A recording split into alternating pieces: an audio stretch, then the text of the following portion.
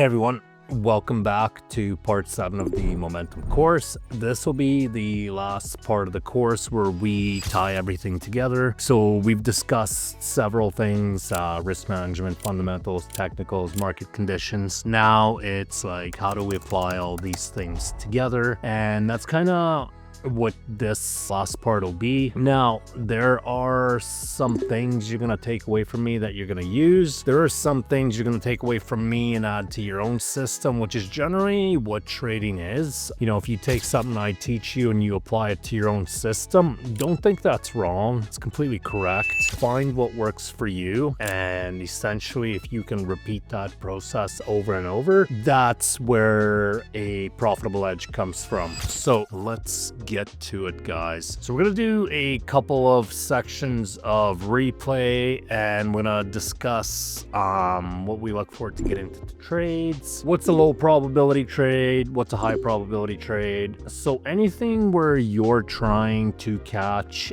an initial reaction and you're trying to catch tops or bottoms to reverse price, I would consider that a lower probability trade. Where does the higher probability trade come from? It's usually from a reaction, a test of that reaction, and a break of that structure. So what does that look like on the charts? So you have a reaction, let's say price reacted from a daily or a weekly level. Let's say you have some kind of structure here, price breaks, price pulls back, price breaks. If you have this first break and you decide to try this, that's an okay trade. What you want to avoid is trying to find tops and bottoms like that. These don't work out often, so you want to avoid any kind of top or bottom finding. Now, if you get a break of structure, you got some profits on the week or whatever, and you want to try test to the first leg down, that's an okay trade too. What's a safer trade? A safer trade is likely the second break of structure and maybe a pullback, restructuration, and something in here would be your safest bet. When is it okay to take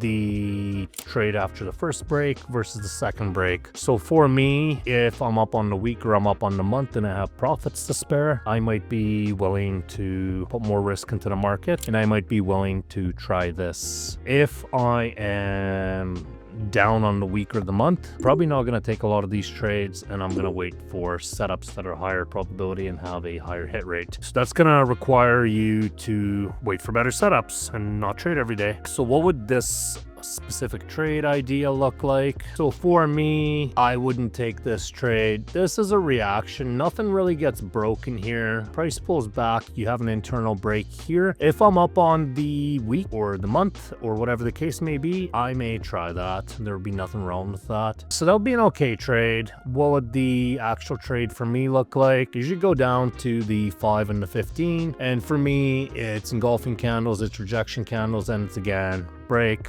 pullback, break. I would probably enter on something like this below all our MAs. That would be an okay trade for me. Very simple setup. Where would I enter this? For me, when this low gets violated, that would be the trade. So this would be a trade for me.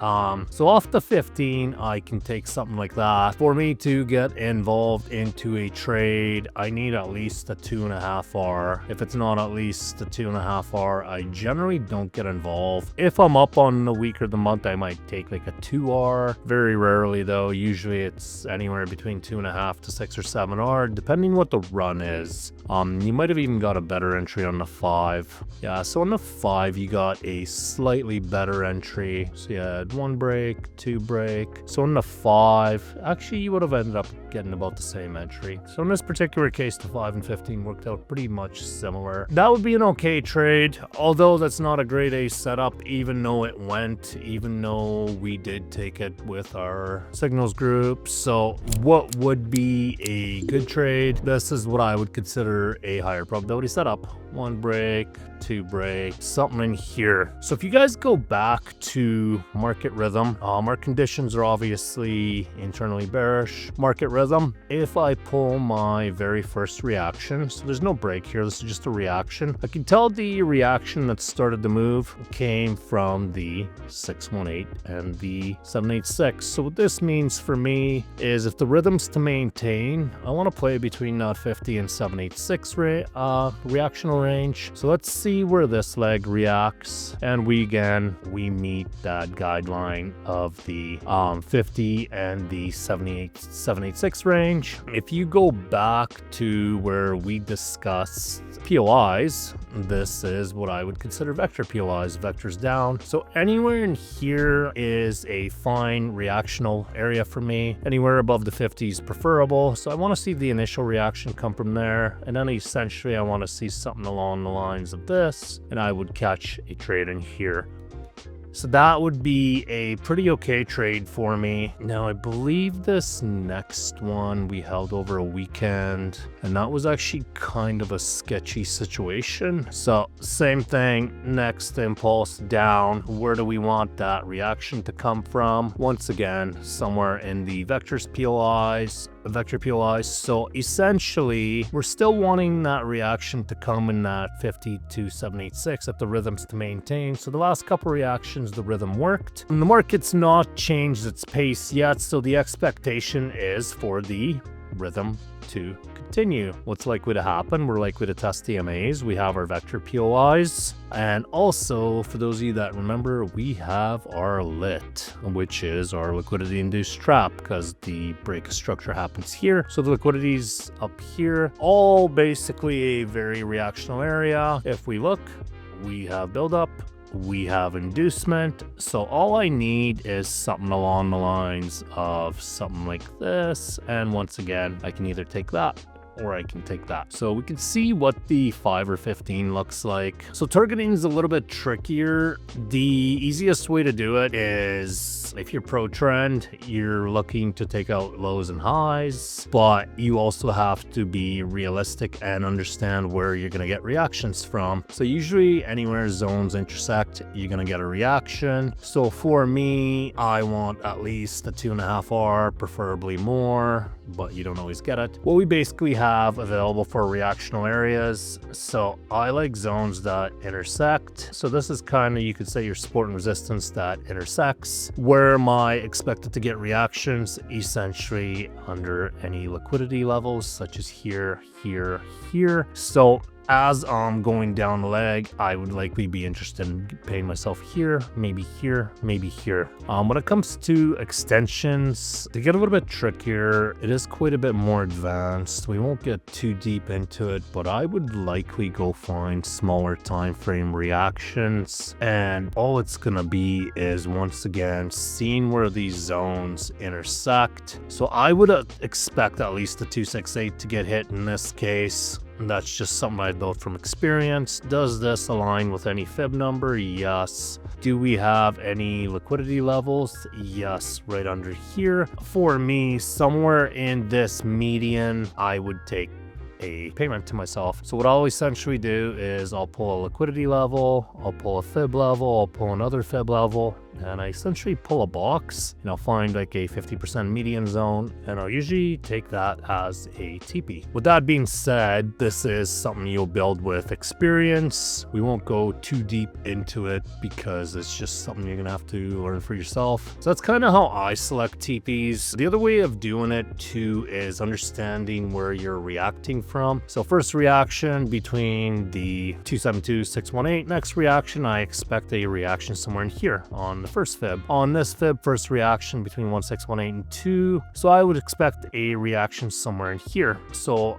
I'll basically intersect 3 fibs or so, and I'll kind of see where my expectation is. And from this fib here, I'd expect a reaction here. So now I would once again pull a block. And then now I look to the left, what is likely to react here and here. So I would probably target somewhere in here. And again, this is something that'll just come with experience. As far as the entry, I would wait for price to essentially align. By the way, our fundamentals at this point and our technicals are selling off because there's trade deals being made. So the dollar's pumping and gold's selling off. So both our fundamentals and our technicals aligned for sells, market conditions aligned for sells. sells. Everything makes sense. In terms of technicals, okay, there's a first reaction, price goes up, second reaction, a little far back on this one, but on this break here, for me, this break here would be my ideal entry. 120, 130 pips, pretty realistic. In terms of TP, I would probably target under this low. I don't even mind giving this a little bit of breathing room.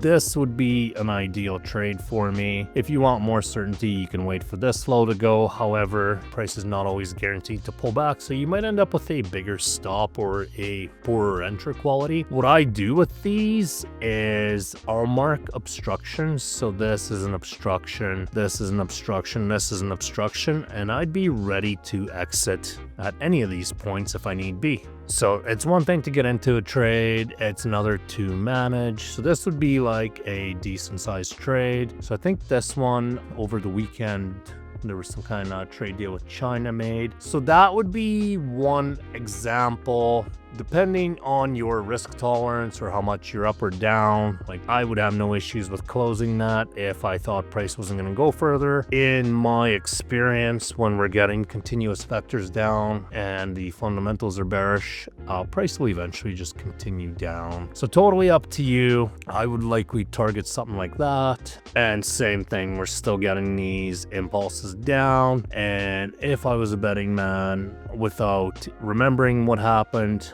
I would say it makes sense. Price comes here or here, and then the next place would be here. We also have a daily MA we could align with. So these are all kind of reactional areas and what to expect. So that would be kind of one idea. So we can probably fast forward this on the 4 hour. So these are kind of like the higher probability setups, and sure enough, where the peaks and valleys cross, you get a reaction and price just kind of consolidates here. So that would be one idea in terms of what I could do for entries. In terms of how I find these setups, I want to see what's going on with the current fundamentals. I want to see what's currently driving price. Then I'll look at ranges, and at that point I'll kind of come up with my ideas of where I want to get involved or not. So usually any kind of breakouts or anything are pretty decent to trade. We can actually go to the 1 hour. All right, so we might have missed this. So this guy here, this would have been an okay trade at this breakout, and this would have been an okay trade. So here you would have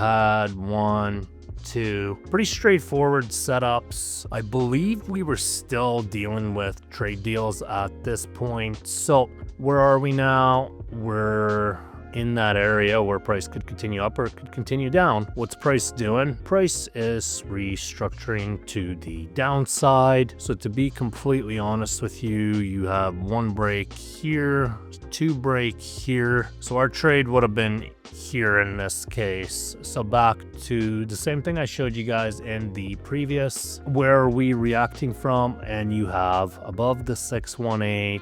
Where's this one reacting from? Your 618 and 786. Where do you expect this reaction to come from? And what do you know? Above the 50, right off the MAs. So this would have been an ideal entry. Quite literally the same setup we used in the previous entry model. So that is kind of how I would approach this, and these are kind of the safer setups.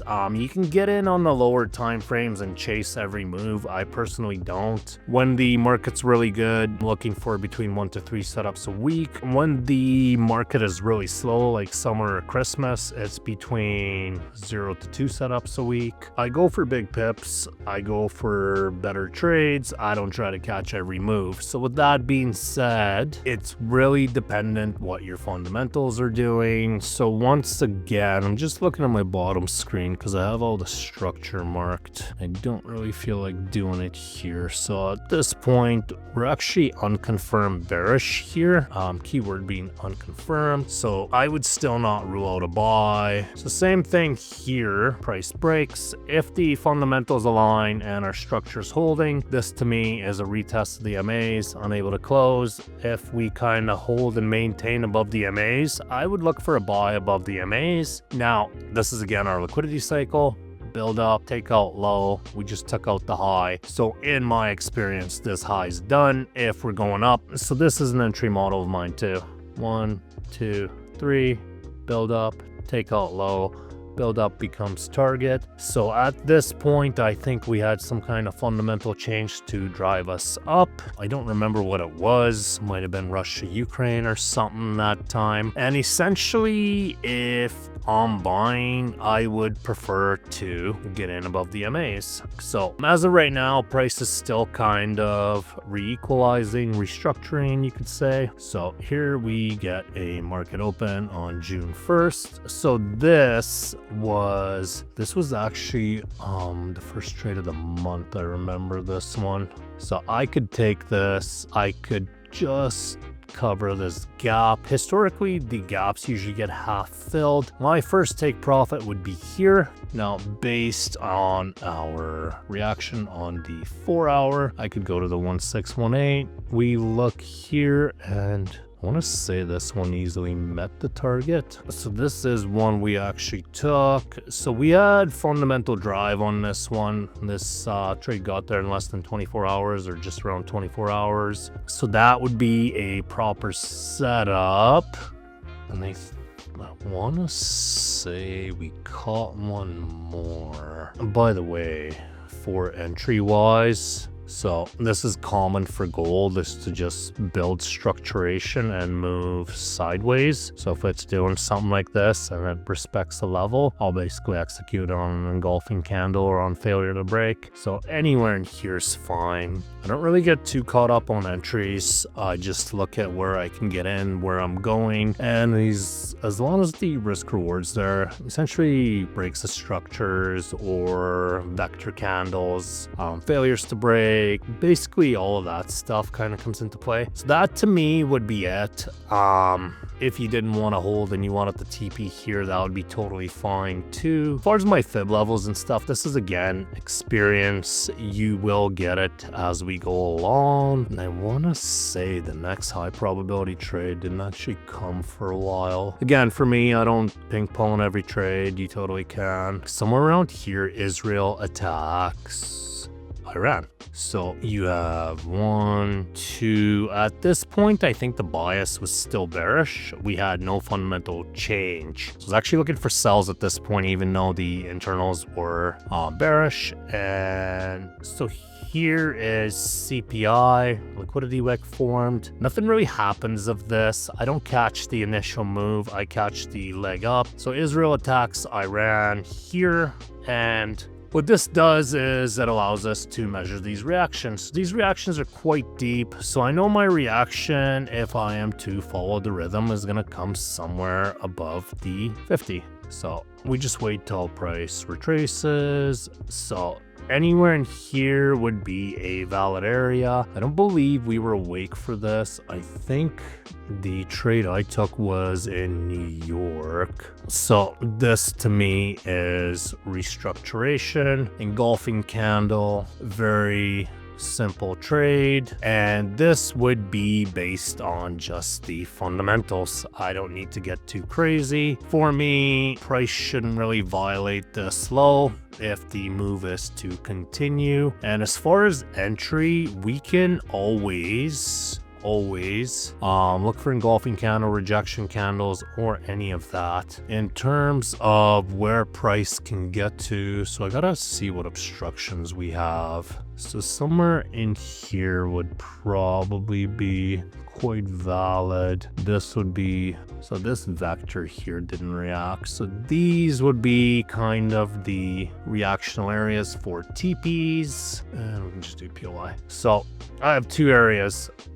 Preferred target, and this would be my possible reactional area I have to exit at. Okay, so from a management perspective, I would just leave this. If price took me out here to, oh, by the way, so if this stopped me out here, but then it broke this, I would just re-enter again here. Sometimes it takes a second trade to get these to go, which is why you want that 2.5 hour minimum. So we hit our reactional area. Now, depending again Are you up on the week? Are you down on the week? What is your scenario? If you're down on the week, I would probably TP this. If you have profits to spare, you can do something along the lines of this and hold. Totally up to you. This will just come with experience. So this is kind of how I apply the concepts together, put everything together. There's something I want to talk to you guys about, and that's trade plan. For your trade plan, you need a fundamental reason to get into a trade. You need to understand your market conditions. You need your technical reason, and you basically need your entry trigger. So engulfing candles, price moving sideways, liquidity cycle, whatever, or MA tap and retest, whatever your reasons are, you need to have that listed in your trade plan. Mine's pretty fluid. I know mine off by heart, so I make my trade plan fit on one page. It shouldn't be any longer than that. The last thing I want to mention, guys, is for your technicals, you should be backtesting. That'll improve your technicals. It won't improve your fundamental knowledge. That just comes with time. But I would say that's about it. Pretty straightforward. You guys could see how fluid and simple my entries and my system is. You could also see how many days I don't take trades. And there's weeks I'll sit out. I don't really care that much because when a trade goes for me, I get a lot of pips. If I take a few losses in between, it usually only takes, 1 or 2 trades to cover multiple losses. So I'm not too concerned about it. So take what you will from this course and make it your own. I hope you guys enjoyed it. And yeah, congratulations on completing the momentum course.